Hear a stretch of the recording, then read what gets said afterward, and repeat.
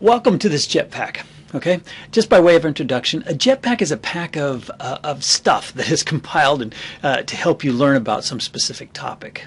All right, this is a tool that was developed here at Purdue University, and this stuff that we can put in this pack might be things in the form of what you're watching right now, a video or text or pictures or audio clips, that type of thing. We can put those all together, or in some type of combination, so that you can get the information that we need in these various formats.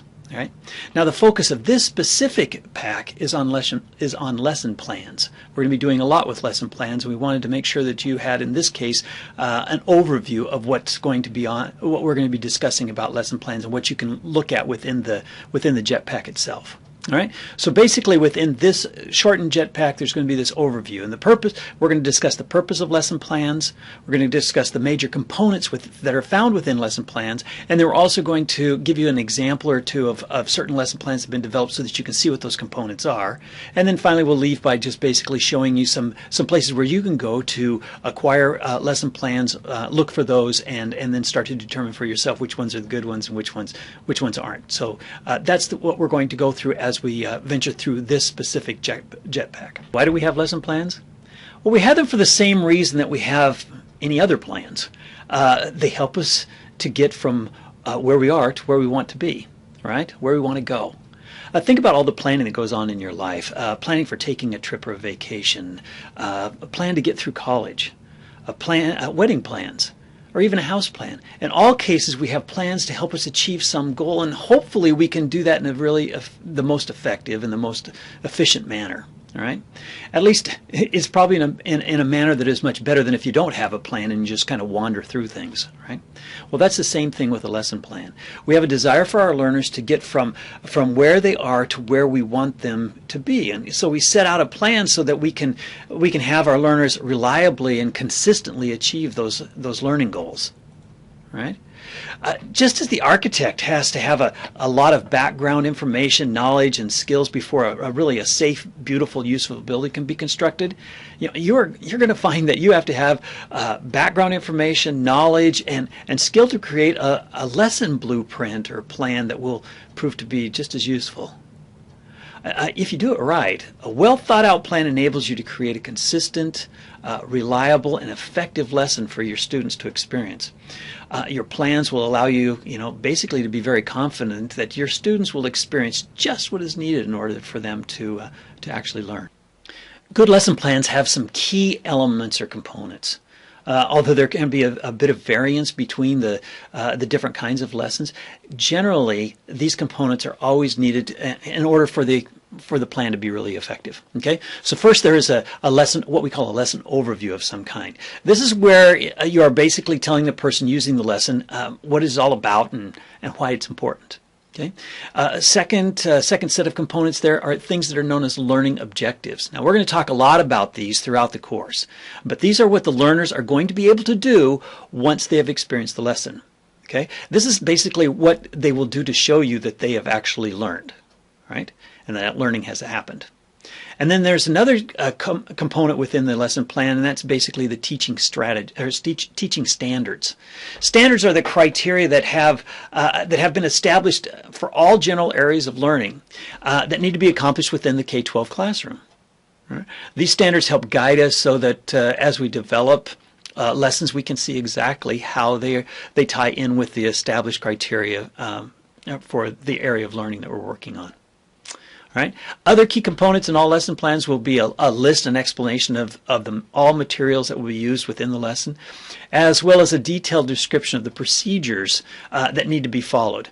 The procedures need to have enough detail so another person, so if you get another person, that person could follow the procedures without you being there with them and successfully accomplish what was designed, to be accomplished. So they could walk through it and do the procedure just right. Okay. Finally, it also really helps within a lesson plan if there's a component that addresses some of the, basically how the learning will be assessed. You always need to have something that you're able to evaluate what learning has occurred and to what degree that learning has occurred. It's also very helpful to have a resource page that you can go to on the lesson plan that shows all the extra resources, things, where you've got your information and that type of stuff. Later on when you go back, it's always nice to have something that you can refer to look up those original sources so that you can gain further information from them. Let's take a quick look at a lesson plan and look closely for the components that we have just outlined. All right, this one you will be fairly familiar with because it comes from one of your textbooks. It has to do with the blubber from whales and how you can study that kind of stuff and the insulation that provides and those type of things. Now note the components that this lesson plan identifies. Okay, the objectives, the materials, the procedures, the assessment, and some resources. Are these perfect? Well, no, but it's a really good start, all right? So if I was a teacher who was unfamiliar with this lesson, one of the things that I would find missing is just a nice overview at the beginning to tell me what it's all about. Along those same lines, nothing is mentioned here about the standards that this lesson plan could be associated with. And obviously this is a science lesson, but where exactly does it fit in? Or at least, we need to have some standards suggesting where it could be fitting in. All right. The procedures here are pretty well written. I always ask myself, if I gave these procedures to another teacher, could they carry out this lesson without any help from me? And if not, what additional things should I be explaining? And I think these are fairly clear as far as what is given here. One final thing to note is the assessment for this lesson. The assessments are listed and they're okay, but they're really not stellar. I mean, really, those assessments should exactly match with what the objectives of the lesson are. Match meaning that they should reflect well with the lessons. If you compare these objectives and you compare what's given here in this assessment, there's not that great of a correspondence, so they don't go together quite well enough. They don't match well enough. So some work can be done within these assessments. So those are areas that at first this looks like a really good lesson plan, but there's things that can be still worked on. And most lesson plans do need to have work on, and they're kind of continually evolving as you go through it. But this kind of points out some of the major sections there. Here's another example, and it's one that you can look at very closely because it's in your textbook, Educational Technology for Teaching and Learning. It starts there on page 289. It's in the appendix back there. I think it's called Teacher Resource B or something along those lines. Anyway, just to show you some differences between those two different types of lesson plans, you can see here that this is for a unit of instruction. So there's a number of different activities that are going to go on over a period of time, such as 3 weeks or something along those lines. But take a look. You get some background information on all this, but the students, who the students are, the learning environment that is there, and some of those type of things. And then previously in the textbook, it explains exactly the orientation to get the student oriented, what's going on. Then the lesson plan over here in this section, the lesson plan per se, starts right off with these are the standards. So you have the standards highlighted about what this is attending to as far as the overall standards for the course, and it has to do with history and some of the things that are there. And then it goes right into the objectives. Okay, so you can see the objectives and what the students should be doing, and it talks about a web quest and what they're going to be learning from that web quest and some of those type of things. So then you go into the next page, and it deals with some of those activities and some of the things that will be starting up, the time limit that's there, the different equipment and materials that are going to be required, and then also the procedures for going through it, how to explain certain things and to do that. And you can see all of these type of things right in these sections. If I can get it to highlight there. There we go. You can see these different types of examples and those type of things of the procedures and the materials. So those are there. And there's several pages that it goes through on this. Then finally, when you get down towards the end, you get into the actual assessment area. And so here's the rubric for the digital storytelling. One of the assignments that's there just kind of illustrates exactly what the students will be doing, but this ties directly back with the objectives. So you get all of those pieces that are fitting together and they're working within this. This is a much more detailed one, and one in which you should take a close look at so that you can use this as an example for how full lesson plans are completed and how they tie all the whole thing together.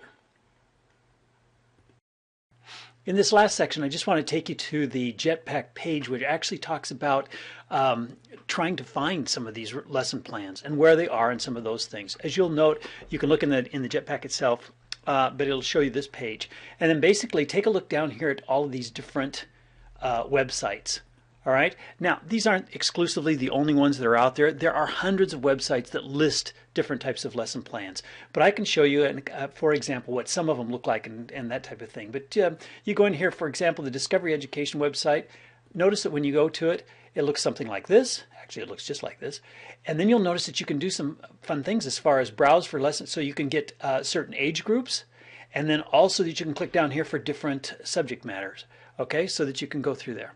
So that's an important thing about all of this, is to make sure that you check out and take a look at this. You can also go online and just type in Google or whatever your search engine is about lesson plans. You can put in math lesson plans, science lesson plans, you can put in kindergarten lesson plans, whatever, and that will help to guide you towards different sites. Just remember a couple of things.